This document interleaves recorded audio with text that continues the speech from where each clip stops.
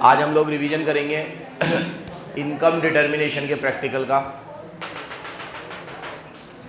जैसे हम लोग नेशनल इनकम का रिवीजन करा लास्ट क्लास में, उसमें मेथड्स थे, टेबल थी, ठीक है, बहुत सारी चीज़ें थी। इसमें कंपैरेटिवली उतनी चीज़ें नहीं हैं, क्वेश्चन भी इसके बहुत छोटे छोटे से आते हैं। तो इसमें आज अपन लोग रिवीजन में फॉर्मूलेस के साथ साथ इसके कुछ क्वेश्चंस की भी प्रैक्टिस करेंगे, ठीक है। ध्यान से सुनते चलना। सिर्फ इसका प्रैक्टिकल वाला पार्ट आज हम कवर करेंगे। जो बोर्ड में आपको जैसे 12 नंबर की यूनिट है तो 4 से 6 नंबर इसका वेटेज है, मतलब 50% इसका प्रैक्टिकल आता है, या तो 4 का या 6 का, ठीक है। एक बार ऐसा भी हुआ था जब पूरा 12 का ही प्रैक्टिकल आ गया, ठीक है, थ्योरी आई नहीं इस चैप्टर में से, लेकिन ऐसा एक ही बार हुआ है। चलो, इनकम डिटर्मिनेशन, इसके प्रैक्टिकल में सबसे पहले हम लोगों ने बात करी थी एपीसी क्या है, एपीएस क्या है, एमपीसी क्या है, एमपीएस क्या है। तो पहले बात करेंगे किसकी, एपीसी और एपीएस। एपीसी का फॉर्मूला होता है कंजम्पशन अपॉन इनकम। क्या फॉर्मूला होता है? इसका क्या मतलब है? Average propensity to consume, income का वो हिस्सा जो कंज्यूमर अपनी स्पेंडिंग्स में खर्च कर देता है। मसलन अगर मैं 10,000 रुपये महीना कमाता हूँ तो उसमें से 8,000 रुपये मैं अपनी कंजम्पशन नीड को पूरा करने में खर्च कर देता हूँ। अब बचे हुए 2,000 रुपये मैं सेव करता हूँ, उस सेविंग को फिर और आगे एक्यूमुलेट करता हूँ और पूरी इकट्ठी करके उसे कहीं इन्वेस्ट कर देता हूँ। ये एक साइकिल होती है, इसी तरीके से चलती है। कोई भी इंडिविजुअल यही करता है। 10,000 रुपये अगर वो कमा रहा है, अब अगर वो लाख रुपये कमा रहा है तो वो उस हिसाब से कंज्यूम करेगा। वो 10 लाख रुपए कमा रहा है तो वो उस हिसाब से कंज्यूम करेगा। किसी का कंजम्पशन ज़्यादा होगा, किसी का कंजम्पशन कम होगा, बट इनकम का कुछ हिस्सा आप कंज्यूम तो करोगे ही करोगे। उसे हम बोलते हैं एपीसी। क्या बोलते हैं? अब ये एवरेज क्यों लगा सर, यहाँ एवरेज क्यों आता है इस डेफिनेशन में? क्योंकि ये हम पूरी मैक्रो इकोनॉमिक्स पढ़ रहे हैं और मैक्रो इकोनॉमिक्स पूरे देश के लिए होती है। मैक्रो इकोनॉमिक्स पूरे देश के लिए होती है। तो मैं सिर्फ शब्बीर की, ठीक है, या रजत की या ताहा की, एक आध जने की बात नहीं कर रहा, पूरे देश की बात कर रहा हूँ। तो इसीलिए जब देश की बात हो रही है तो ये एवरेज हो गया। तो एवरेज प्रोपेंसिटी टू कंज्यूम मतलब हमारे देश में जितने भी लोग रहते हैं वो ऑन एन एवरेज अपनी इनकम का कितना प्रोपोर्शन कंज्यूम करते हैं, अपनी इनकम का कितना प्रोपोर्शन कंज्यूम करते हैं। तो फॉर्मूला बन गया C/Y। क्या बन गया? अगर मैं 8,000 कंज्यूम करता हूं और कमाता 10,000 हूं तो ये आया 0.8। कितना आया? अगर ये परसेंटेज में भी निकालना होता तो इंटू 100 कर लेता तो ये आता 80%। कितना आता? समझाने के लिए ऐसा समझा सकते हैं कि ऑन एन एवरेज हमारे देश में लोग जितना भी कमाते हैं उसका 80% कंज्यूम कर लेते हैं, उसका 80% कंज्यूम कर लेते हैं। ये समझाने के लिए, लेकिन परसेंटेज में नहीं होता ये, तो इसीलिए 80% लिखोगे तो नंबर कट सकते हैं। लिखना क्या है? 0.8 C/Y। उसका ही उल्टा होता है APS, average propensity to consume. क्या होता है? Sorry, average propensity to save. इसका फॉर्मूला है S/Y। क्या फॉर्मूला है? Saving upon income. ये उसका उल्टा है। अगर लोग 10,000 में से 8,000 कंज्यूम करते हैं तो मतलब बचे हुए 2,000 वो सेव करते हैं। अब कोई बोलेगा सर इन्वेस्ट भी तो कर सकते हैं, घर भी तो बनाएंगे, ठीक है, प्लॉट भी तो खरीदेंगे, ये करेंगे वो करेंगे, आप तो कह रहे हो बस कंज्यूम करेंगे या सेव करेंगे। ऐसा थोड़ी होता है। तो भाई जो भी कुछ तुम करना चाहते हो वो सेव करने के बाद ही करोगे, और वो सब कुछ अपनी सेविंग में से ही करोगे। आज जिस पॉइंट ऑफ टाइम पे मैं खड़ा हूँ, मैंने 10,000 कमाए, 8 में खा गया, उसके बाद अब 2 बचे तो उसको क्या नाम दिया जाएगा? सेविंग। अब वो 2,000 में से आपको जो करना है वो करो, लेकिन होगा तो सब सेविंग में से। तो इसका डेफिनेशन क्या है? That portion of income which has not been consume but saved. Income का वो पोर्शन जो हमने कंज्यूम नहीं किया बल्कि सेव कर लिया, तो वो बन गया APS, average propensity to save. इसमें भी एवरेज क्यों आ रहा है? क्योंकि मैक्रो इकोनॉमिक्स पढ़ा रहा हूं, पूरे देश की बात हो रही है। अब इनकम का कुछ हिस्सा या तो कंज्यूम होगा या सेव होगा, तो इसलिए इन दोनों का टोटल हमेशा 1 आएगा। क्या आएगा? तो ये अगर 0.8 आया है तो ये अपने आप ही 0.2 आएगा। ये क्या आएगा? अपने आप 0.2 आएगा। ये 0.8 आया है तो ये कितना आएगा? 0.2।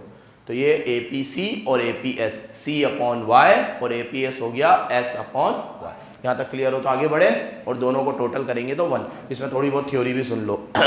किसी भी देश का APC अगर ज़्यादा आता है, मतलब वहाँ के लोग ज़्यादा कंज्यूम करते हैं।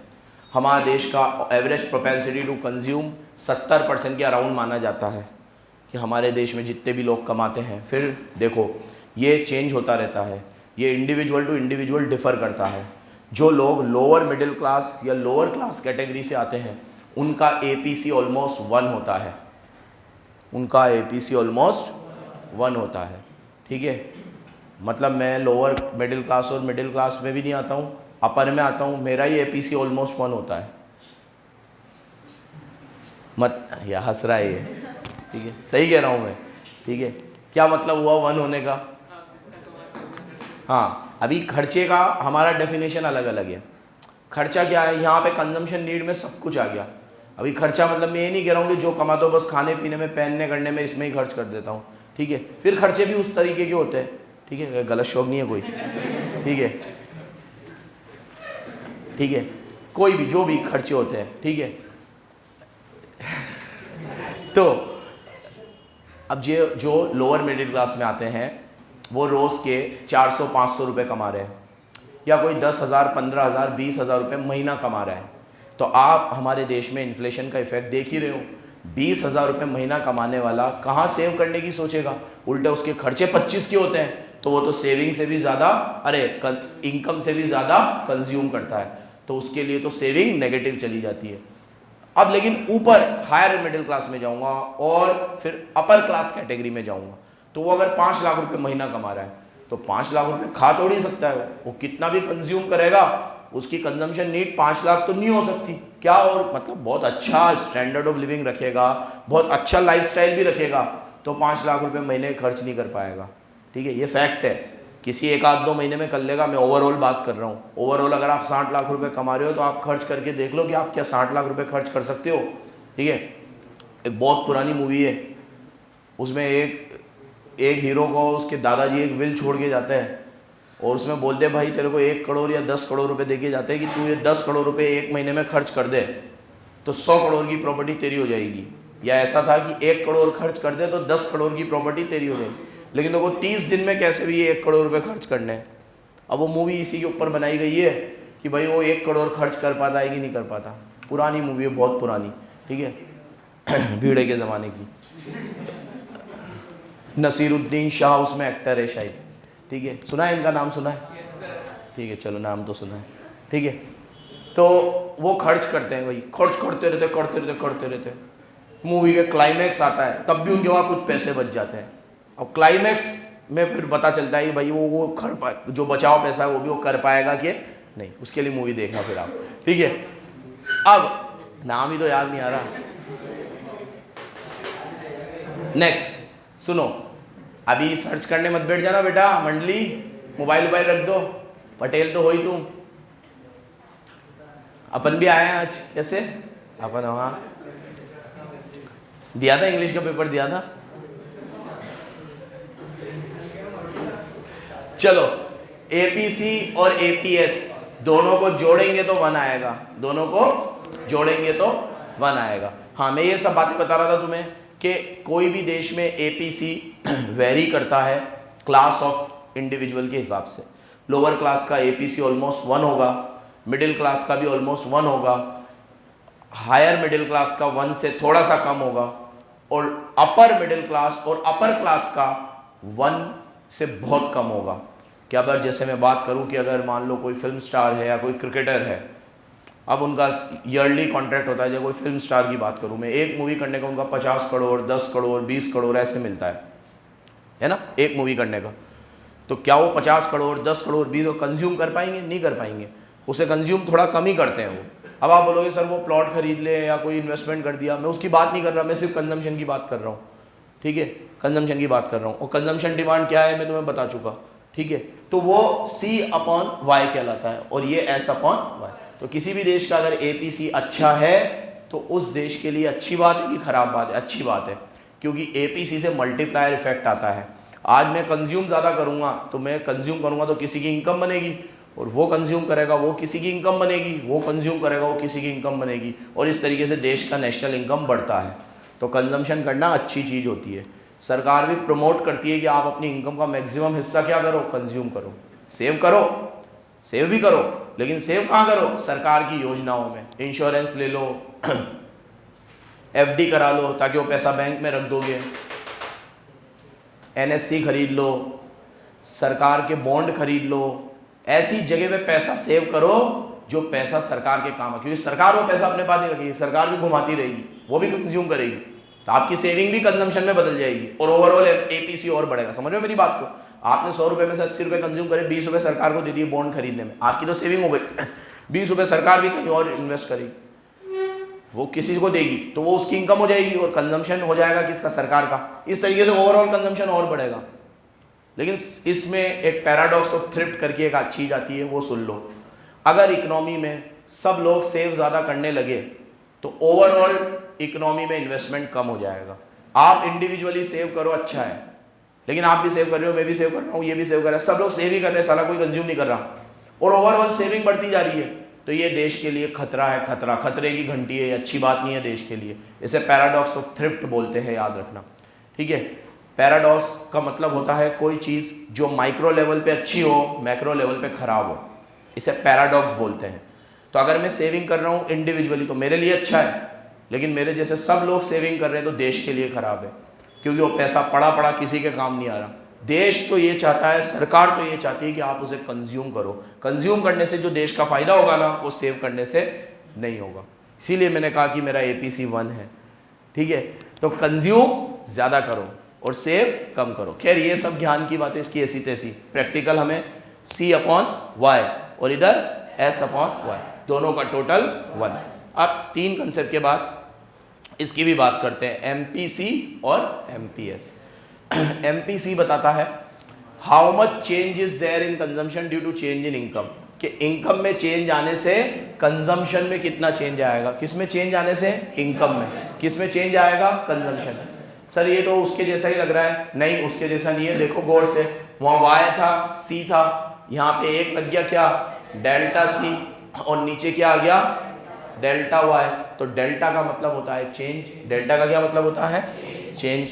तो अगर मेरी इनकम प्रीवियस लेवल पे 10,000 थी और उसके नेक्स्ट लेवल पे 15,000 हो गई, ये मेरी इनकम है, और मेरी कंजम्पशन प्रीवियस लेवल पे 8,000 थी और उसके नेक्स्ट लेवल पे 14,000 हो गई, तो आपको क्या करना है? चेंज निकालना है।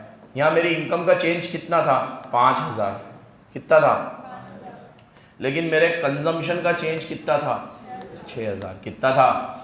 आवाज़ आती रहनी चाहिए, मेरी बहुत डाउन है आज। कितना था? 6,000। अब 5,000 से 6,000 काटोगे तो आपका आंसर आएगा 1.25 शायद, 2 ही आएगा। कितना आएगा? 1. तो मतलब अगर मैं APC निकालूं तो मैं सिर्फ इनकम और कंजम्पशन की बात करूंगा, इनकम और कंजम्पशन की। ये मेरी इनकम, ये मेरा कंजम्पशन। अगर मैं APC निकालूंगा तो कैसे निकलेगा? 8,000/10,000 और मेरा आंसर आएगा 0.8। और अगले लेवल पे 14,000/15,000, 14,000/15,000, तो मेरा आंसर आएगा फिर वापस से 1 से कम। कितना? 0.14,000 काट पीट लेना, करना पटेल, ठीक है, 0.9 समथिंग आएगा। कितना आएगा? 0.9। तो देखो ये 0.9 आया, 0.8 आया, लेकिन APC MPC कितना आया? 1.2। तो क्या समझाना चाह रहा हूं मैं तुम्हें कि APC का MPC का कोई रिलेशन नहीं है आपस में। APC अपना एक अलग चलता है। ये 2 पैरेलल लाइन है जो एक दूसरे से कभी मिल नहीं सकती। ये एक अलग कंसेप्ट है और ये एक अलग कंसेप्ट है। ये बता रहा है कि जब भी आपकी इनकम दे रखी हो उसके मुकाबले आप कितना कंज्यूम करते हो, और ये निकाला जाता है जब इनकम में चेंज आएगा तो कंजम्पशन में कितना चेंज आएगा। तो ये हमेशा चेंज की बात करता है और ये टोटलिटी की बात करता है। टोटल वाला कंसेप्ट है, ये चेंज वाला कंसेप्ट है, और ये दोनों कभी भी आपस में मिलेंगे नहीं, और ना इनकी कोई रिलेशनशिप है और ना कोई रिलेशनशिप निकालने की कोशिश करना। देखो दोनों लेवल पे ये 0.8 और 0.9 आया है, फिर भी इनका चेंज 1 से ज्यादा आ गया ना, चेंज 1 से ज्यादा आया, जबकि टोटलिटी में वो 1 से कम आ। ये वाले लेवल पे भी मैं 1 से कम था। नेक्स्ट लेवल पे भी मैं 1 से कम था। तो मतलब चेंज फिर 1 से ज़्यादा कैसे आ गया? चेंज फिर 1 से ज़्यादा कैसे आ गया? बताओ, चेंज कैसे 1 से ज़्यादा आ गया? मैं यहाँ पे भी कंजम्पशन इनकम से कम कर रहा हूँ, यहाँ पे भी कंजम्पशन इनकम से कम कर रहा हूँ, फिर चेंज 1 से ज़्यादा। Change in consumption change in income से भी ज़्यादा है। हाँ, क्योंकि ये फॉर्मूला क्या है? Change in consumption upon change in income. मेरा कंजम्पशन कभी भी इनकम से ज्यादा नहीं हुआ, लेकिन इनकम में जो चेंज आया ना, कंजम्पशन का चेंज उससे ज्यादा था। चेंज ज्यादा हो सकता है, ठीक है, तो ये 1 से ज्यादा आ गया। अब ये प्रैक्टिकली पॉसिबल है कि नहीं है? ये पॉसिबल है। थ्योरेटिकली पॉसिबल है कि नहीं है? इसमें एक लॉ की बात कर लेते हैं, जिस लॉ का नाम है लॉ ऑफ कंजम्पशन। क्या नाम है? जो ये कहता है कि as income increases consumption also increases but less than the increase in income. जैसे जैसे इनकम बढ़ती है, सामने देखो, कंजम्पशन भी बढ़ता है, लेकिन उतनी तेजी से नहीं जितनी तेजी से इनकम बढ़ी है। तो अगर मेरी इनकम 5,000 से बढ़ी है, मेरा कंजम्पशन 4,999 से बढ़ेगा, लेकिन 5,000 से, और यहाँ तो कितने से बढ़ गया? 6,000। तो ये थ्योरेटिकली पॉसिबल नहीं है because of law of consumption, because of, but practically कुछ भी पॉसिबल है। क्या है? प्रैक्टिकली पॉसिबल नहीं है? पॉसिबल है। पहले हमारी उर्विका 10,000 कमाती थी, 8,000 खर्च करती थी। उर्विका की सैलरी बढ़ा दी हमने, 15,000 कमाने लगी, और अब ये 14,000 खर्च करने लगी। ठीक है, पहले 2,000 बचा रही थी, अब 1,000 ही बचा रही है। पॉसिबल नहीं है क्या? पॉसिबल है। इसमें क्या बड़ी बात है? किसी के सामने मैं बोलूँ तो वो आश्चर्यचकित होकर देखेगा, नहीं ये क्या हो गया प्रभु जगन्नाथ, ठीक है, ऐसा कुछ उसके रिएक्शंस नहीं आएंगे। नॉर्मल है, नॉर्मल है। मेरे लिए बोलोगे नॉर्मल है, पूरे देश के लिए बोलोगे नॉर्मल नहीं है, क्योंकि पूरे देश का इनकम बढ़े और पूरे देश का कंजम्पशन बढ़े और वो कंजम्पशन इनकम से भी ज़्यादा बढ़े पूरे देश का, ये पॉसिबल। और अपन क्या पढ़ा रहा हूँ मैं तुम्हें? ये मैक्रो इकोनॉमिक्स। तो हम पूरे देश की बात कर रहे हैं, इसलिए लॉ ऑफ कंजम्पशन एप्लीकेबल होगा। एक बार फिर बोल दो, लॉ ऑफ कंजम्पशन क्या है? As income increases consumption also increases, but increase in consumption will always be less than increase in income। लिख के आ सकते हो ये? इनकम बढ़ने से क्या बढ़ता है? कंजम्पशन। लेकिन कंजम्पशन उतनी तेजी से नहीं बढ़ता जितनी तेजी से, ये पूरी मैक्रो इकोनॉमिक्स पे लगेगा, लेकिन इंडिविजुअल पे ये लगता नहीं है। तो उर्विका की इनकम बढ़े और कंजम्पशन बढ़े, ये पॉसिबल है, और कंजम्पशन इनकम से भी ज़्यादा बढ़े, ये भी पॉसिबल है। इसमें कोई इतनी बड़ी बात, लेकिन पूरे देश के लिए ये बड़ी बात है। समझ गए? इसमें थोड़ी जितनी थ्योरी इसमें आती जा रही है वो भी कवर कर रहा हूँ मैं। जो फॉर्मूले के नाम पे तो क्या है ये? डेल्टा सी अपॉन डेल्टा, निकल जाएगा ये। अब उसी तरीके से MPS का क्या फॉर्मूला है? Delta S upon delta. ये मरा क्यों परेशान कर रहा है आज? Delta S upon delta Y। तो अगर मेरी इनकम 5,000 से बढ़ी और कंजम्पशन 4 से बढ़ा, तो सेविंग 1 से बढ़ी, तो यहाँ आएगा 5 और यहाँ आएगा 4, यहाँ आएगा 5 और यहाँ आएगा 1, तो इन दोनों का टोटल भी 1 ही आएगा, इन दोनों का टोटल भी 1 आएगा। जैसे मेरी इनकम का चेंज कितना है? 5,000, और मेरी कंजम्पशन का चेंज कितना है? 5 से कम ही होगा तो 4 है। फिर इधर भी मेरी इनकम का चेंज कितना है? सुन लेना, चेंज ले रहा हूँ। क्या ले रहा हूँ? क्या ले रहा हूँ? क्योंकि क्या पढ़ा रहा हूँ? मार्जिनल का मतलब ही चेंज होता है, मार्जिनल वर्ड का मतलब ही क्या होता है? चेंज। तो अब यहाँ चेंज कितना है? 5,000। अब यहाँ कंजम्पशन 4 से बढ़ा, तो सेविंग कितने से बढ़ी? 1 से। इसको काटूंगा पिटूंगा 0.8 आएगा, इसको काटूंगा पिटूंगा 0.2 आएगा, तो इन दोनों का टोटल कितना हो गया? 1। ये हमेशा ऐसे ही होगा, तो इन दोनों का टोटल भी क्या आता है? 1 आता है। क्या आता है? तो ये चीज़ मैंने यहाँ लिखी हुई है कि जैसे A वाली दोनों चीज़ का टोटल 1 आता है, M वाली दोनों चीज़ का टोटल भी, बस याद रखना A में टोटलिटी का कंसेप्ट लगेगा और M में चेंज का कंसेप्ट लगेगा। क्या लगेगा?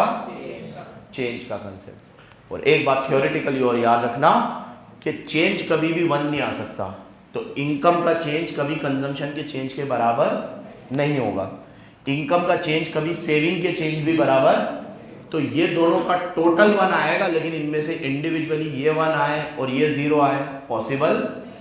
ये 1 आए और ये 0 आए, ये भी possible, due to LOC, due to law of, एक बार मेरे साथ लॉ ऑफ कंजम्पशन फिर बोल दो, as income increases consumption also increases, but the increase in consumption will always be less than increase in income. Will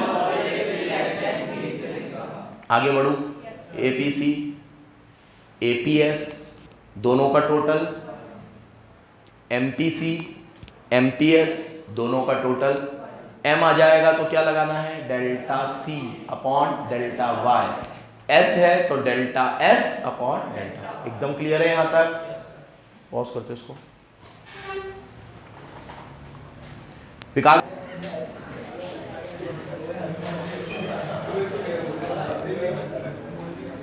सारे पढ़ने वाले बच्चे रिवीजन में नहीं आ रहे यार, ना पढ़ने वाले सारे आ गए, ऐसा क्यों?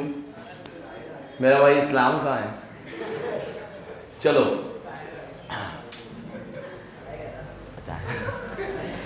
ये कंसेप्ट पढ़ाने के बाद एक और कंसेप्ट आता है थ्योरी का, प्रैक्टिकल का, के। किसकी बात करेंगे? के का मतलब होता है मल्टीप्लायर या इन्वेस्टमेंट मल्टीप्लायर। अब इसकी डेफिनेशन बोलती है, रिपीट करना मेरे साथ। Investment multiplier means change in income due to change in investment. ये हमें बताता है कि इन्वेस्टमेंट में चेंज आने की वजह से इनकम में कितना चेंज आएगा। क्या बताता है ये? देखो अभी तक एमपीसी में भी डेल्टा वाई आ रहा था नीचे, है ना, एमपीएस में भी नीचे डेल्टा वाई आ रहा था, एपीसी में भी नीचे वाई आ रहा था, एपीएस में भी नीचे वाई हमेशा नीचे ही आ रहा था। बस इस फॉर्मूले में वाई का प्रमोशन हो गया है और वाई कहाँ चले गए हैं? ऊपर। मत नाराज हो जाता, वाई हमेशा नीचे रखोगे, ठीक है, कभी तो आगे बैठाओ, ठीक है। तो ये आगे बैठ गए, अब तो वाई इसमें ऊपर आएंगे, delta Y upon delta I. ये क्या कंसेप्ट है, इसकी पूरी वर्किंग को समझ लो। इसकी वर्किंग भी एक बार 6 नंबर में आ चुकी है, मेरे नोट्स में अच्छे से दे भी रखी है। अगर मान लो कि इंडिया में कोई भी निवेश करता है, मसलन के मिस्टर एलॉन मस्क को उसको पसंद नहीं है मेरे को यार, मान लो बिल गेट्स, तो उससे भी नहीं बनती। और अरे यार बड़े बड़े नाम ले रहा है, छोटे छोटे नाम ले यार। अब मैक्सवेल, पैट कमिंस ले लो, पैट कमिंस, ठीक है। तो मिस्टर पैट कमिंस इंडिया में आए, पैसा भी खूब मिला था यहाँ पे, वर्ल्ड कप भी जीत के गए, तो सोचा यहाँ का पैसा कहाँ ऑस्ट्रेलिया लेके जाऊँ, यहीं निवेश कर देते हैं। तो पैट कमिंस ने हमारे ताहा से, ताहा के पापा प्रॉपर्टी का काम करते हैं, तो उनसे ज़मीन ले ली। किससे? ताहा से, ताहा के पापा से, ठीक है। एक बहुत बड़ा प्लॉट ले लिया, ठीक है, और पैट कमिंस इनके पिताजी को $1 लाख दे के चले गए। अब वो $1 लाख से, $1 लाख से उनका इन्वेस्टमेंट बढ़ा, और वो $1 लाख ताहा के पापा के लिए इनकम है, तो वो 1 लाख की इनकम बढ़ी। तो फर्स्ट राउंड में हमेशा के कितना आएगा? 1 आएगा। कितना आएगा? बराबर सुनते चलना। अब ताहा ने जैसे ही 1 लाख रुपए देखे, उसने निकाल लिया। वो बोला साहब पापा मेरा इंग्लिश का पेपर अच्छा गया कल, तो 1 लाख रुपए मुझे दे दो। क्या पापा ने कहा था, एक एक पेपर तेरा अच्छा जाएगा, एक एक प्लॉट तेरे नाम पे करता जाऊंगा, तो ये वाले प्लॉट के पैसे तेरे। अब हमारे ताहा 1 लाख रुपए लेके निकले। इसने कहा था, इसको मेरी कोई बात याद रह गई कि पूरे पैसे कंज्यूम नहीं करते। सर ने कहा था थोड़े बहुत सेव करते हैं, लेकिन सर ने यह भी कहा था कि पूरे सेव मत करना, नहीं तो देश को नुकसान होगा, कंज्यूम करना। तो इसको ये बात याद रह गई। ये कपड़े वाले की दुकान पे गया, बढ़िया बढ़िया जीन्स ली, ठीक है, बैट लिया, भाई को क्रिकेट भी बहुत पसंद है, ठीक है, 40,000 का बैट लाई है, ठीक है। हमारे साथ एक खेलने आते जो सबसे महंगे बैट लाते, ये उससे महंगा लाया, ठीक है। तो ये भाई 40,000 का बैट लाया, 20,000 के कपड़े लाए। और किस किस चीज़ का शौक है बेटा अपन को? बुक बुक मत बोल देना, बुक लाया मैं यहाँ लेट जाऊँगा मैं यहाँ पे। हाँ, और क्या लाया बेटा? बस 10-20 हज़ार रुपये का और थोड़ा सामान लाए, ठीक है, वो बताना नहीं चाहते। तो 80,000 रुपये हमारे ताहा ने शॉपिंग करी, कंज्यूम करे। अब वो 80,000 की जो चीज़ें इन्होंने खरीदी वो ये उत्कर्ष से खरीदी। तो वो 80,000 रुपए उत्कर्ष की इनकम हो गई। तो और ये पैसे उसी 1 लाख में से चल रहे हैं जो पैट कमिंस यहां छोड़ के गया था। तो इन्वेस्टमेंट तो इंडिया में एक ही बार हुआ, लेकिन पहले 1 लाख की इनकम किसकी बढ़ी? ताहा की। और अब 80,000 से 80,000 कंज्यूम किए ताहा ने, लेकिन चीजें खरीदी किससे? उत्कर्ष से। तो इनकम किसकी बढ़ गई? उत्कर्ष की। तो 80,000 से हमारे उत्कर्ष की इनकम बढ़ गई। बराबर सुनते जाना। अब उत्कर्ष ने वो 80,000 रुपए में से इसने भी सोचा कुछ कंज्यूम करते हैं, ये 60,000 की बुक लाए। इनको बुक पढ़ने का बहुत शौक था, अलग अलग तरह की बुक्स, अलग अलग वेराइटी ऑफ बुक्स, इंग्लिश में, हिंदी में, संस्कृत में, ठीक है, स्पेनिश में, कोरियन में, हर तरह की बुक की बुक, ठीक है। पागल हो गया है बुक खरीद के, ठीक है। तो 60,000 रुपए की मेरा भाई किससे बुक लाया? मेरे से। बुक तो मेरे से खरीदेगा, ठीक है। 60,000 रुपए से मेरी इनकम बढ़ गई। तो अगर मान लो देश की इनकम देखे, 1 लाख रुपए ताहा ने कमाए, 80 हमारे उत्कर्ष ने कमाए और 60 मैंने भी कमाए। तो 80 और 60 1 40 और 1 लाख ताहा ने कमाए। टोटल कितने हो गए? और हमारे देश में इनकम कितने से बढ़ी? लेकिन पैट कमिंस इन्वेस्टमेंट कितना करके गया था? तो पैट कमिंस की वजह से हमारा मल्टीप्लायर कितना आया? 2.4। तो अब ये डेफिनेशन क्या कहती है? How much change is there in income due to change in investment. बोलो तेज। कि इनकम में चेंज आने की, इन्वेस्टमेंट में चेंज आने की वजह से इनकम में कितना चेंज आता है। वर्किंग समझ में आई? क्योंकि जब आप इन्वेस्ट करते हो तो वो किसी की इनकम, और जिसकी भी इनकम होती है वो कंज्यूम करता है, वो कंज्यूम करता है तो किसी की इनकम है ना। फिर उसके बाद वो जिसने कंज्यूम किया होता है, ठीक है, जिसने कंज्यूम किया होता है, तो वो जिससे भी कंज्यूम करेगा सामने वाले की इनकम, फिर वो भी उसमें से कंज्यूम करेगा, तो वो किसी तीसरे की इनकम, फिर किसी चौथे की। And this is how economy work. इस तरीके से कोई भी देश काम करता है। इसीलिए हम चाहते हैं कि हमारे देश में क्या बढ़े? इन्वेस्टमेंट बढ़े। क्या बढ़े? अभी कल सेंट्रल गवर्नमेंट ने 543 रेलवे स्टेशंस को रिवैम्प किया। 543 रेलवे स्टेशंस हमारे देश में दोबारा से पूरे तरीके से मॉडर्नाइज तरीके से बनाए जाएंगे। इसमें मैं पढ़ रहा था 43,000 करोड़ का खर्चा लगेगा। कुछ लोगों ने इसको वेलकम किया, कुछ लोगों ने क्रिटिसाइज किया। जिन्होंने क्रिटिसाइज किया उन्होंने ये कह के क्रिटिसाइज किया कि 43,000 करोड़ आपने अभी इसमें लगा दिया, ठीक है, ये नीड ऑफ द आवर नहीं है।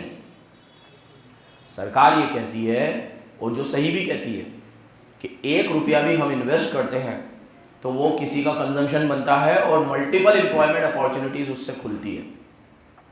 तो उसका मल्टीप्लायर इफेक्ट हमें देखने को मिलेगा, ठीक है।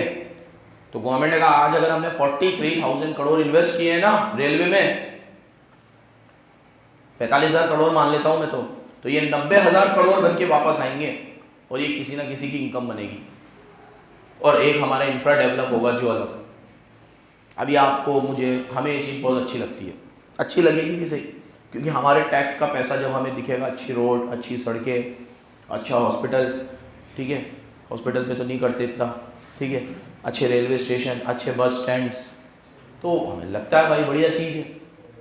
लेकिन क्या होता है कि फिर कुछ क्योंकि हमारी इकोनॉमी एक डेवलपिंग इकोनॉमी है। अगर हम 43,000 करोड़ एक जगह पे दे देंगे तो फिर हमें बजट दूसरी जगह से कर्टेल करना पड़ता है। हम दूसरी जगह पे कम करते हैं खर्च। अब इस साल हमने एजुकेशन और हेल्थ पे कम खर्च किया, ठीक है, तो फिर क्या होता है कि उधर मल्टीप्लायर इफेक्ट देखने को नहीं मिलता।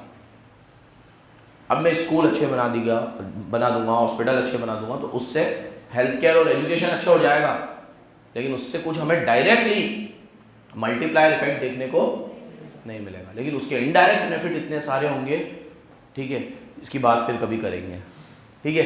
तो ये बात किस पे से बता रहा था मैं तुम्हें? मल्टीप्लायर के ऊपर से, कि अगर आज सरकार कहीं पे इन्वेस्ट करती है तो उसको पता होता है कि जॉब उससे भी क्रिएट होंगी, लोगों की इनकम उससे भी बढ़ेगी, ठीक है, इस इफेक्ट की वजह से, जिसे हम मल्टीप्लायर इफेक्ट। इसका एक फॉर्मूला और है 1/MPS। क्या फॉर्मूला है?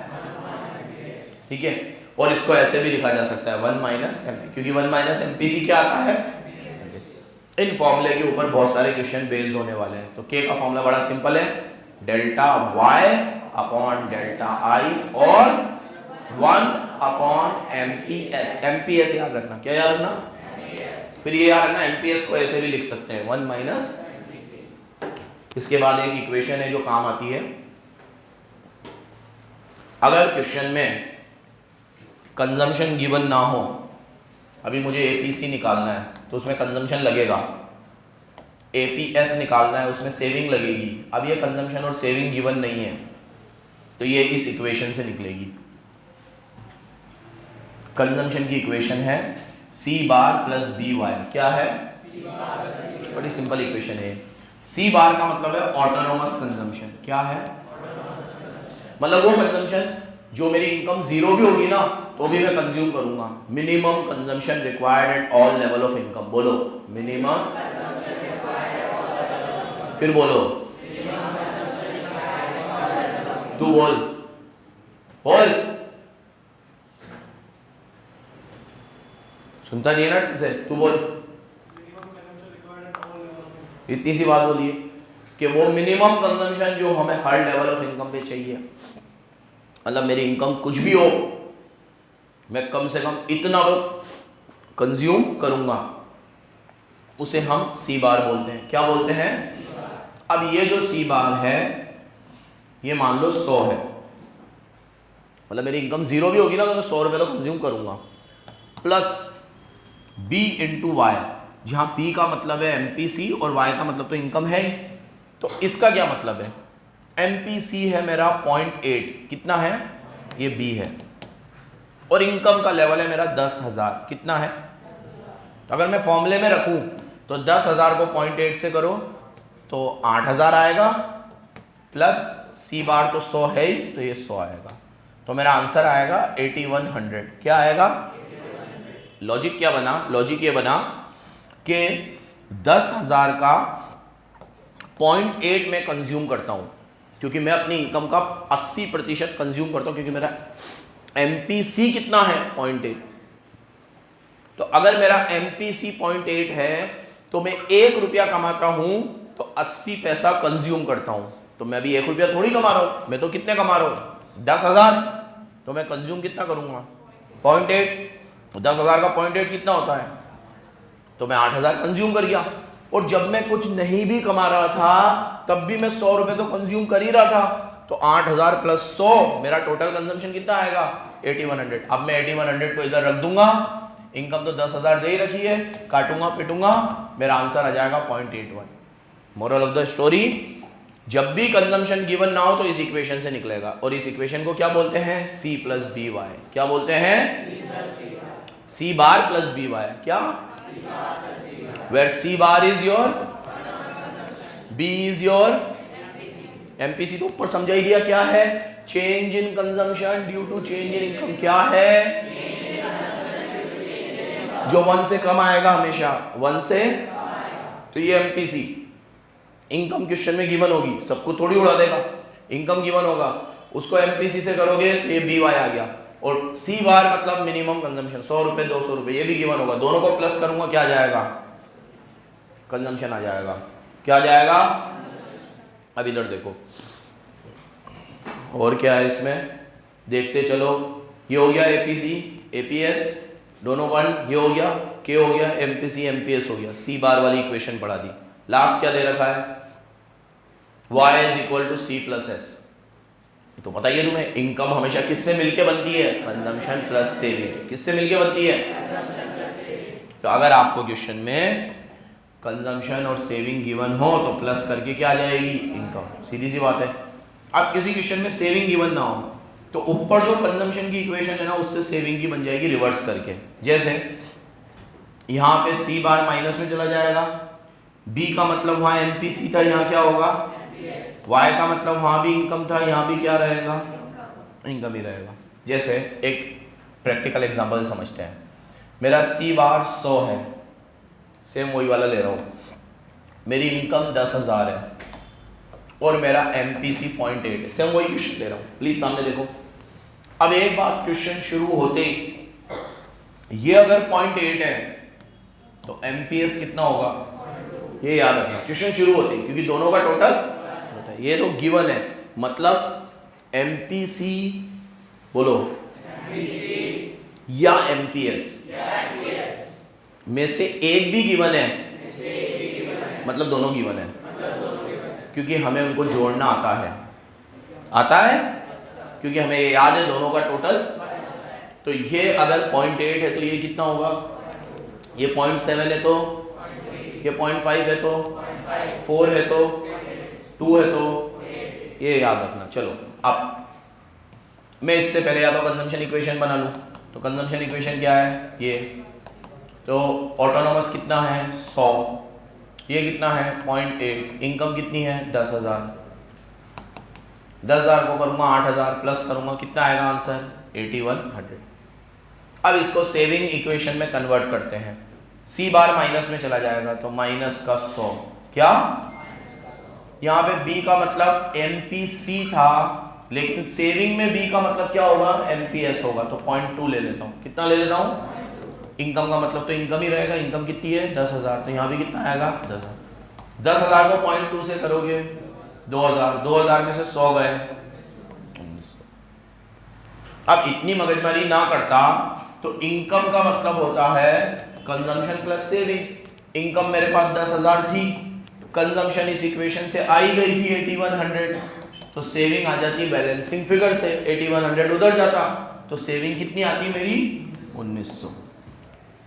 सुनते हैं बेटा अपन, कुछ सुनते हैं बीच में, थोड़ा बहुत भी आता है कुछ समझ में आया क्या कर रहा है ये, तुझसे पूछ रहा हूँ भाई मुस्तनसिर, समझ में आया क्या कर रहा है ये। कंजम्पशन और सेविंग मिला के क्या आती है मेरी इनकम आती है। तो अगर कंजम्पशन 8100 आ गया, इनकम तो 10,000 थी सही, तो 10,000 में से 8100 जाएंगे, कितने आएंगे 1900। और वही सेविंग इक्वेशन से भी कितना आएगा 1900। सेविंग इक्वेशन कैसे करनी है फिर सुन लेना, कंजम्पशन इक्वेशन को रिवर्स कर देना, ये सी बार की जगह माइनस का सी बार, यहाँ पे बी का मतलब था एमपीसी, यहाँ बी का मतलब होगा एमपीएस, और वाई का मतलब तो वाई हो जाएगा। इन इक्वेशन से और इन कंसेप्ट से आप कोई भी क्वेश्चन सॉल्व कर सकते हो। एक मिनट पॉज कर।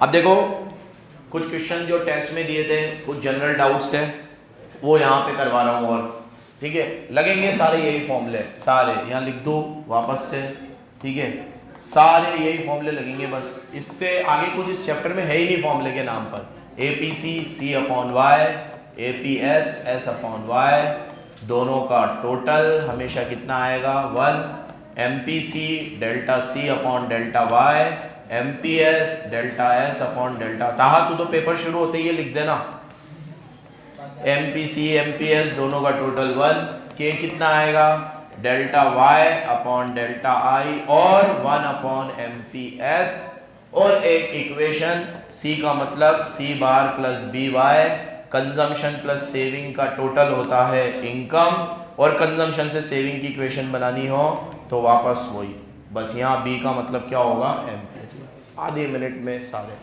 यही है बस। अब देखो क्वेश्चन नंबर 3 है टेस्ट का, तो वहाँ सबके पास पेपर नहीं होगा तो मैं यहाँ क्वेश्चन भी लिखता चलूँगा। क्वेश्चन नंबर 3 में आपको बोला है calculate MPC if economies autonomous consumption 500 crore है। क्वेश्चन नंबर 3, ऑटोनॉमस कंजम्पशन मतलब सी बार कितना है 500 करोड़ है, कितना है 500 करोड़। आपको एमपीसी निकालना है इफ एक्जेंटे इन्वेस्टमेंट 4000 करोड़ है, इन्वेस्टमेंट 4000 करोड़ है, और इक्विलिब्रियम लेवल ऑफ इनकम है 18,000 करोड़। इन्वेस्टमेंट कितना है 4000 करोड़ और इक्विलिब्रियम लेवल ऑफ इनकम कितना है 18,000 करोड़। ये क्वेश्चन है, and what you have to calculate MPC, क्या निकालना है आपको। अब देखो पहले फॉर्मूला दिमाग में लाओ, फॉर्मूला क्या है ये डेल्टा सी अपॉन, है कि नहीं है। अब ये फॉर्मूले के लिए इनकम का चेंज चाहिए, इनकम एक लेवल की दे रखी है, दोनों का चेंज नहीं दे रहे, ऊपर सेविंग का भी चेंज, कंजम्पशन का भी क्या चाहिए चेंज, कंजम्पशन तो एक लेवल की भी नहीं है तो चेंज कहाँ से आएगा, चेंज भी नहीं है, ठीक है। तो डेडलॉक हो गया, बैलेंसिंग फिगर से भी एक चीज आएगी, दोनों थोड़ी आएगी, तो इस फॉर्मूले को भी ड्रॉप करो, आ गया हो। अब और कहां आता है, एक के फॉर्मूले में एमपीएस आता है। क्या आता है? तो अगर किसी तरीके से मेरे पास के आ जाए तो एमपीएस आ जाएगा, और एमपीएस आ गया तो मैंने क्या बोला था, by one get one free चलेगा। क्या? ठीक है, वो क्रिकेट में ऐसा बोलते हैं कि अगर बहुत लंबी पार्टनरशिप चल रही हो और एक विकेट आता है तो वन कम्स विद वन, कि एक के साथ फिर दूसरा भी तुरंत आता है। वहां अपने पेस बॉलर को जल्दी लगा दो आप तो दूसरा भी तुरंत आ जाएगा एकदम। ठीक है, तो यहां पे भी ऐसा ही है, दिमाग जितना घूमेगा, एमपीएस अगर मैंने निकाल लिया वन कम विद वन है, एमपीएस आ गया तो एमपीसी तो आ ही गया ना भाई। अगर ये 0.2 आया तो वो 0.8 आएगा, ये 0.4 आया तो वो 0.6 आएगा, दोनों का टोटल 1 आएगा।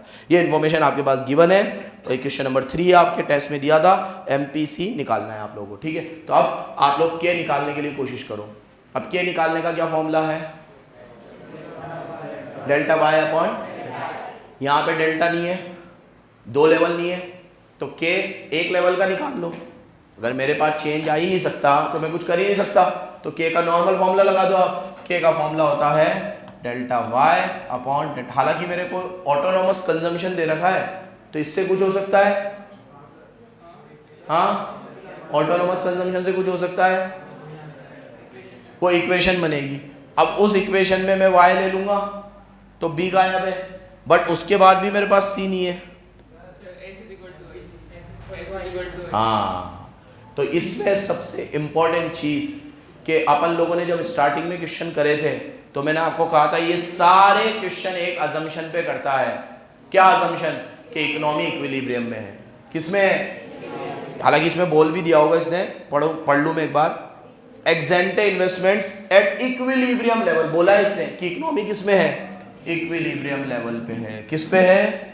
तो आपको क्लिक करना चाहिए कि at equilibrium level of income, equilibrium level of income पे saving is equal to investment. Saving और इन्वेस्टमेंट दोनों क्या होते हैं? बराबर होते हैं। सेविंग और इन्वेस्टमेंट दोनों क्या होते हैं? बराबर होते हैं। अब इधर देखो, अब इक्विलिब्रियम लेवल है तो मैं सेविंग की इक्वेशन लगा दूंगा, सी बार प्लस बी वाई। बस याद रखना यहां पे बी का मतलब क्या है, एमपीएस है, एमपीसी नहीं है। क्या है? क्योंकि इक्वेशन किसकी है? सेविंग। हाँ ठीक है, बी का मतलब क्या है? एमपीएस है। अब सेविंग और इन्वेस्टमेंट दोनों बराबर होंगी तो कितनी है ये? 4000। ये आ गया। ठीक है, इक्विलिब्रियम लेवल पे, अरे सॉरी, कोई से भी लेवल पे मैं कंज्यूम करूँ 500 रुपये तो कम से कम कंज्यूम करूँ, मिनिमम कंजम्पशन है, तो ये माइनस में चला गया, माइनस का 500 प्लस। अब बी मतलब बी तो निकालना ही है मुझे। अगर एमपीएस होता तो एमपीसी तो खुद ही आ जाता, तो बी को तो रहने दो। और इनकम का भी लेवल है मेरे पास, कितना? 18,000। कितना है? 18,000। ठीक है, ये इधर आएगा प्लस हो जाएगा 4,500, तो इधर आएगा 4,500 is equal to B into 18,000। अब बी की वैल्यू आएगी 4,500 डिवाइड बाय 18,000। काट लेना इसको, 20 45 के टेबल में 180 4 बार आता है तो 1/4 आएगा। काटूंगा तो 0.5 आएगा, 0.25, और इसको बोलेंगे एमपीएस। क्या बोलेंगे? और ये 0.25 है तो एमपीसी आएगा 0.75। क्या आएगा? एक क्वेश्चन और था ऐसा जिसमें सी बार भी नहीं था, ऑटोनोमस कंजम्पशन। तो अगर ऑटोनोमस कंजम्पशन नहीं है तो फिर उस केस में हम क्या करते हैं? उस केस में 2 अजम्पशन से ही क्वेश्चन सॉल्व होता। उसमें 2 तरीके से हो रखा था, या तो ऑटोनोमस कंजम्पशन को 0 मान लो और फिर इसको सॉल्व कर लो, या फिर ये तो गंदी अजम्पशन हो, ऑटोनोमस कंजम्पशन 0 कैसे मानो, या फिर ये मान लो कि के वाला फॉर्मूला लगा दो जो मैं अभी लगा रहा था। के वाला फॉर्मूला कौन सा? कि delta Y upon delta I, और ये जो आई है और ये जो वाई है इसको चेंज मान के कर लो आप कि ये चेंज है, तो 4,000 ये भी चेंज है, 18,000 भी क्या है? चेंज है, तो delta Y upon delta I करके कर लो। बट इन दैट केस जो भी मानो नीचे लिख के आना। ये तो मैंने बोर्ड में आया हुआ क्वेश्चन कराया है तुम्हें, तो उधर तो 99% अजम्पशन लेने की जरूरत नहीं पड़ेगी, सब कुछ क्लियरली गिवन होगा। फिर भी 1% चांस है कुछ हो तो आप अजम्पशन जरूर लेके आना। ठीक है, तो ये आ गया आपका 0.75। कितना आ गया? एक बार वापस समझ लो, इक्विलिब्रियम लेवल पे सेविंग और इन्वेस्टमेंट बराबर होती है, तो इन्वेस्टमेंट अगर 4,000 है तो सेविंग भी कितनी होगी? सेविंग गिवन है तो सेविंग की इक्वेशन क्या है? 4,000 सी बार माइनस में बी का मतलब एमपीएस, सेविंग में बी का मतलब, और इनकम तो गिवन ही है, तो ये बी की वैल्यू आ गई। तो एमपीएस कितना आया 0.2, अगर एमपीएस आ गया तो एमपीसी अपने आप आ गया, ये 0.25 है तो ये कितना आएगा, यहाँ लिख दो 1 माइनस एमपीएस, क्या लिख दो, आ गया हो। 3 के बाद और कौन सा बोला, 4 भी बोला। क्वेश्चन नंबर 4, क्वेश्चन की इंफॉर्मेशन लिख रहा हूं मैं। एमपीएस आपका 20% है, 20% को ऐसे लिख दूं मैं 1/5, कैसे लिख दूं, और काटूंगा तो 0.2, क्या 20% मतलब 20/100, 1/5 मतलब 0.2। एमपीसी आपका 0.2 है। अब इसमें जो मैंने तुम्हें आंसर की दी है वो भी चेक करते जाना, मतलब कोई आंसर की में क्वेश्चन गलत तो नहीं है ना, इसलिए मैंने खुलवा रखी है। इसके पहले वाला जो क्वेश्चन कराया उसमें ये 0.75 सही दे रखा है, ठीक है। हाँ, अब फोर्थ वाला करा रहा हूँ। एमपीएस आपका 0.2 है and constant at all level, her level पे कांस्टेंट है, ये पाप कटा। ऑटोनोमस कंजम्पशन 100 करोड़ है, मतलब सी बार कितना है 100 करोड़। कंजम्पशन फंक्शन बताओ इससे। अबे यार गजब, ये पूछा है तुमने, ये हो गया ये। अब अगर मैं कंजम्पशन की इक्वेशन बनाऊं, इससे पूछिए कंजम्पशन की इक्वेशन बताओ, कंजम्पशन फंक्शन मतलब कंजम्पशन की इक्वेशन, तो सेविंग की इक्वेशन बना लो, कंजम्पशन की बन जाएगी, दोनों या एक साथ ही बना लो। क्या होती है इक्वेशन, सी बार प्लस बी वाई, यही होती है।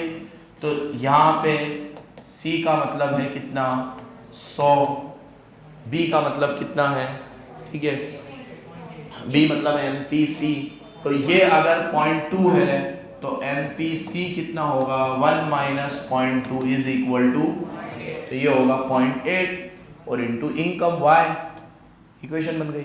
अब वाई क्वेश्चन में है,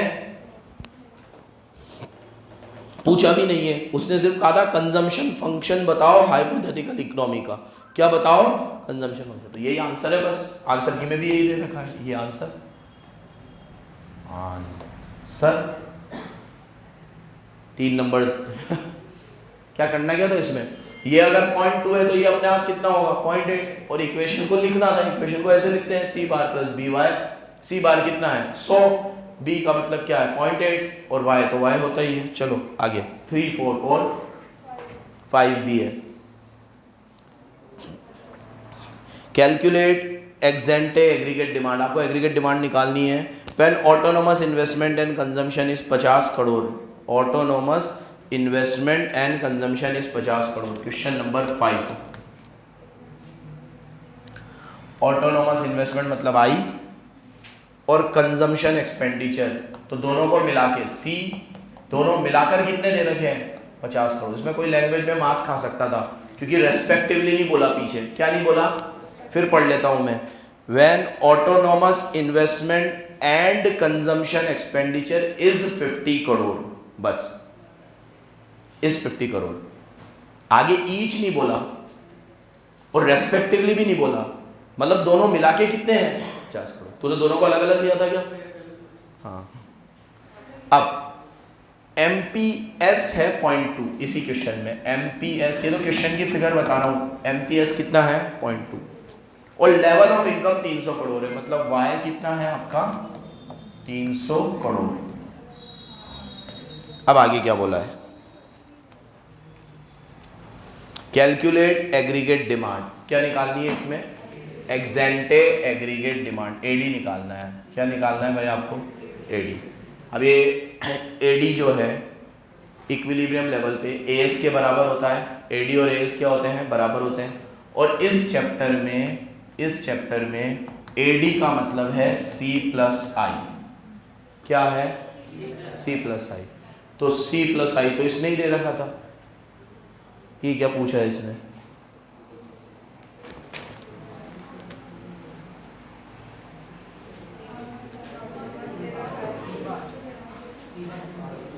हाँ ये सिर्फ ऑटोनोमस वाला है, ये कंजम्पशन और इन्वेस्टमेंट कौन सा वाला है, हाँ मैं कहूँ ये तो दे ही रखा है, सिर्फ कौन सा वाला है ऑटोनोमस आई प्लस सी, मतलब ऑटोनोमस वाला। अब मेरी बात सुनो बच्चों, कीन्स ने वैसे भी इस पूरे चैप्टर में इन्वेस्टमेंट को कांस्टेंट माना है, तो इन्वेस्टमेंट तो हम हार्ड लेवल पे 20 है तो 20 ही लेंगे, 40 है तो 40 ही लेंगे, तो वो तो ऑटोनोमस ही है। दो तरह की इन्वेस्टमेंट पढ़ाई दी आपको, एक ऑटोनोमस वाली और एक इंड्यूस वाली। इंड्यूस वाली वो होती है जो बढ़ती है इनकम बढ़ने के साथ, और ऑटोनोमस वाली बढ़ती नहीं है। तो ये तो कौन सी वाली इन्वेस्टमेंट की बात कर रहा है सिर्फ, ठीक है, ऑटोनोमस। तो ऑटोनोमस तो सेम ही रहती है। तो अगर इन दोनों का टोटल 50 हो सकता है, ये 25, ये 25, ये 20, ये 30, ये 10, ये 40, उनके इंडिविजुअल से हमें कोई मतलब नहीं है। रुक जा अभी, तू ही दे देना, रुक जा अभी पढ़ा रहा हूं। C प्लस आई का टोटल कितना आता है? 50 करोड़। कितना होता है? 50 करोड़। तो ऑटोनोमस कंजम्पशन आपकी दे रखी है सिर्फ 50 करोड़, टोटल कंजम्पशन नहीं दे रखी। टोटल कंजम्पशन के लिए इक्वेशन लगेगी, पूरा C निकलेगा। अब ये देखो सामने देखना, एक बहुत इंपॉर्टेंट बात बता रहा हूं। C प्लस आई को एग्रीगेट डिमांड बोलते हैं। अब यहां पर I तो हमेशा ही कांस्टेंट रहेगा, तो इस इक्वेशन में अगर I 20 है तो यहां पे वो 20 आएगा, 40 है तो 40 आएगा। तो इंडिविजुअली I कितना है उससे हमें मतलब नहीं है, क्योंकि एग्रीगेट डिमांड में C और I दोनों आते हैं, और C के अंदर ऑटोनोमस कंजम्पशन आएगा, I तो आ ही रहा है, तो ये दोनों मिलाकर कितने हो रहे हैं? 50। तो अगर मुझे अब ऑटोनोमस कंजम्पशन के अलावा वाला कंजम्पशन पता चल जाए तो मेरा एडी निकल गया। वापस सुनना मैं क्या बोल रहा हूं, बहुत बहुत इंपॉर्टेंट चीज है। देखो एडी सी, ओ यहां देखो सी और आई से मिलके बनता है एडी। सी और आई, जो आई है ना, आई वो कीन्स ने हर लेवल पे कांस्टेंट माना है। तो जो भी तुम्हें नोट्स वगैरह में दे रखा है, 40 है तो 40 ही रहेगा, 50 है तो 50 ही रहेगा, 10 है तो 10 ही रहेगा। तो आई तो यहाँ पे जितना भी है ना वो कांस्टेंट ही है। अब बचा सी। तो सी की जो इक्वेशन है वो कुछ इस प्रकार है, सी बार प्लस बी वाई, ठीक है। उसमें से सी बार हमें गिवन है और इधर से आई गिवन है, तो आई और सी बार दोनों मिलाकर 50 हो रहे हैं, तो दोनों हमें प्लस ही करने हैं, और दोनों प्लस करके हमें 50 दे ही रखे। तो इनका इंटरनल बाइफर्केशन हमारे पास नहीं है और हमें जरूरत भी नहीं है। जैसे अगर ये 10 है और ये 40 है तो मैं यहाँ लूंगा 10 और यहाँ लूंगा 40, 50 ही लेने हैं मुझे। ये 20 है और ये 30 है तो दोनों को मिला के फिर 50 ही होंगे। तो इनके इंटरनल वैल्यूज से मुझे कोई मतलब, क्योंकि वो मिला के दोनों कितने हैं? 50 है। क्या बात समझा पा रहा हूँ मैं आप लोगों को? ये चीज बराबर सुनना। अब ये सॉल्व हो गया क्वेश्चन। कैसे सॉल्व हुआ? क्योंकि ये 0.2 है तो step 1, if MPS is 0.2, MPC will be 0.8. Step 2, consumption की इक्वेशन C बार प्लस बी वाई। C बार, अब ये दोनों मिला के 50 है, तो तुम अज्यूम कर लो, नीचे नोट डाल लो कि इन्वेस्टमेंट 20 है और कंजम्पशन 40 है, ऐसा कर लो। अरे 20 है और वो 30 है। उसकी इक्वेशन खोल दो ना, उसमें C की जगह इक्वेशन लिख दो ना। कुछ मतलब नहीं है ना, तू तो उसको खोल के इंडिविजुअल वैल्यू तो तब भी नहीं निकलेगी। कॉमन लेना ना, I प्लस ऑटोनोमस। मतलब ही नहीं है, जो क्वेश्चन पे पूछी है ना वो तो दोनों को प्लस करके ही आ रही है, तो क्या मतलब है उनको अलग भी करने का? ठीक है, देख मेरी बात सुन, पहले मेरे को करा लेने दे। अब ये आपका सी बार है, ठीक है, इसके अंदर ये दोनों मिलके आ रहे हैं 50। तो बच्चा कंफ्यूज है भाई इसमें 50 में क्या है, ठीक है, आई कितना होगा, सी कितना होगा। अभी मैं मान लो for sake of simplicity assumption ले लेता हूँ कि आई मेरा 10 है और कंजम्पशन मेरा 40 है, तो ये मैंने 40 ले लिया, ठीक है, प्लस बी वाई। अब बी कितना है मेरा, एम पी सी कितना है मेरा 0.8 और मेरा वाई कितना है 300, ठीक है। 300 को 0.8 से करोगे कितना आएगा 240, 240 में ये जोड़ो कितना आया 280। अब स्टेप 3, एडी होता है सी प्लस आई, तो एडी कितना आएगा मेरा, सी तो आया 280 और कंजम्पशन मैंने 40 माना तो इन्वेस्टमेंट मैंने 10 मानी, तो ये मेरा फाइनल आंसर आया कितना 290। अब मैं ये कह रहा हूं आप इसको 40 की जगह 10 मानते हैं तो क्या फर्क पड़ता, यहां 10 लेता तो यहां 280 की जगह कितना आता 250, कितना आता 250, उधर में 40 लेता, ठीक है, तो 250 में 40 जोड़ता कितना आता, कुछ फर्क नहीं पड़ता, ठीक है। वो जो तो कह रहा है समझ गया मैं, लेकिन एक स्टेप और बढ़ जाएगी, कोई मतलब की नहीं है, ठीक है। अब इसकी जगह में ये मान लेता कि इन्वेस्टमेंट 0 तो माननी नहीं है, ठीक है, 25 दोनों को ले लेते तो भी कोई फर्क नहीं पड़ता, तो 25 ले लेता, तो यहाँ कितनी लेता मैं 25, 300 को करता 240 ही आता, 240 में 25 जोड़ता तो कितने आ जाते हैं, 240 में 25 जोड़ता 265 कितने आते हैं, इन्वेस्टमेंट को भी 25 लेता, 265 में फिर 25 जोड़ता ये समझा रहा था मैं। दोनों का टोटल 50 लेना है और दोनों प्लस में आ रहे हैं तो कोई फर्क नहीं पड़ेगा। उनकी इंडिविजुअल वैल्यू हमें नहीं भी पता तो भी कोई फर्क, क्योंकि होने दोनों टोटल ही है, होने दोनों टोटल। समझ गए बराबर। और एक चीज और कर सकते हैं हम लोग कि स्टेप 2 और 3 को मिक्स कर सकते हैं। ठीक है, स्टेप 2 और 3 को मिक्स कर दो। 2 बताओ ही मत, उसने कौन सा कंजम्पशन पूछा है, उसने तो AD पूछा है, तो तुम सीधे क्या लिखो, स्टेप 2 ही लिख दो। क्या लिख दो कि AD is equal to C plus I, यही लिखो। अब C के अंदर क्या आता है, C बार प्लस BY और I तो I है ना। और अब यहाँ पे C बार और I दोनों मिला के ही 50 है और B इंटू Y। B आपकी इनकम कितनी है, ये कितना है 0.8 और इनकम कितनी है आपकी 300। तो इनटू करोगे तो आप 240 और 50 जोड़ोगे तो 290, सीधे ही 290 आ गया, क्योंकि ये और ये दोनों मिला के कितने गिवन है 50। खत्म, 5 हो गया। और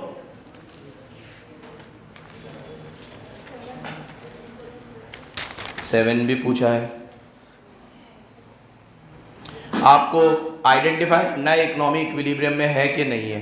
ऑटोनोमस कंजम, ये बिल्कुल वही है जो मैंने अभी कराया, वही क्वेश्चन है, बस इसमें ये बताना है आप इक्विलिब्रियम में हो कि नहीं हो। क्वेश्चन नंबर 7 देखो, आपको दे रखा है ऑटोनोमस कंजम्पशन प्लस इन्वेस्टमेंट। क्या दे रखा है, ऑटोनोमस कंजम्पशन प्लस इन्वेस्टमेंट। कितना दे रखा है 500 करोड़। कितना दे रखा है 500 crore.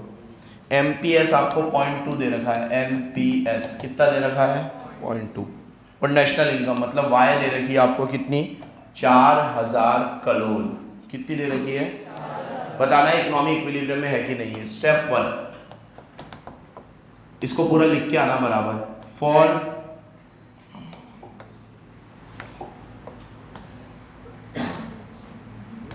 Achieving equilibrium aggregate demand must be equal to aggregate supply. AD किसके बराबर होनी चाहिए, where S is equal to income. S किसको बोलते हैं, इनकम को ही बोलते हैं। एस किसको बोलते हैं, इनकम को बोलते हैं। वाई को बोलते हैं S. Aggregate supply is equal to Y.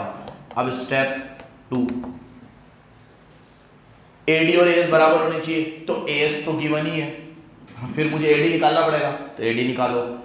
Step 2, A D is equal to C plus I, यही लिख रहा था अभी मैं, AD is equal to C plus I. यहाँ देखो, अब AD C की इक्वेशन को खोलो, C बार प्लस BY और I तो I है। अब C बार और I मिलाकर कितने दे रखे हैं 500। I कितना है 4000 और B है आपका MPC। तो MPS अगर गिवन है तो MPC भी, ये 0.2 है तो वो कितना होगा 0.8 होगा। तो 4000 इंटू 0.8, 4000 को 0.8 से करोगे 3200, 3200 में 500 जोड़ोगे 3700, ये क्या आया AD। जबकि YAS को बोलते, AS कितना है 4000। Step 3, AD is not equal to AS because AD is 3700 और AS is 4000, hence economy is not in equilibrium. Economy equilibrium में, क्योंकि दोनों 4000, दोनों में से एक चीज तो गिवन थी, क्योंकि Y का मतलब क्या होता है AS होता है। Y का मतलब क्या होता है, Y कितना था आपका 4000 करोड़, उसी को एग्रीगेट सप्लाई बोलते हैं। एग्रीगेट सप्लाई कितना है 4000, तो एग्रीगेट डिमांड भी कितना आना चाहिए था 4000। एग्रीगेट डिमांड किन चीजों से मिलकर बनता है, C प्लस I। किससे मिलकर बनता है, तो इकोनॉमिक इक्विलिब्रियम में नहीं है।